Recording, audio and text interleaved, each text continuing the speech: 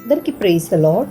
ఈరోజు దేవుని మాట యాకోబు పత్రిక 4వ అధ్యాయము 14వ వచనం.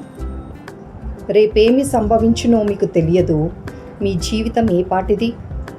మీరు కొంతసేపు కనబడి అంతలో మాయమైపోవు ఆవిరి వంటి వారే. మన జీవితం ఆవిరి లాంటిది, కొద్దిసేపు కనబడి మాయమైపోతుంది. రేపు మనకు గ్యారంటీ లేదు. మరి ఇంత చిన్న జీవితంలో మీరు దేనిపై ఆధారపడ్డారు? మీ పాపాలు మీకు మరణాన్ని తెస్తాయని తెలుసా మీకు? కానీ దేవుడు మనపై ప్రేమతో తన కుమారుడైన యేసుక్రీస్తు వారిని ఈ లోకానికి పంపించి ఆయన పవిత్రమైన రక్తం ద్వారా మన ప్రతి పాపాన్ని కడిగివేసి మనకు శాశ్వత జీవితం ఇస్తుంది.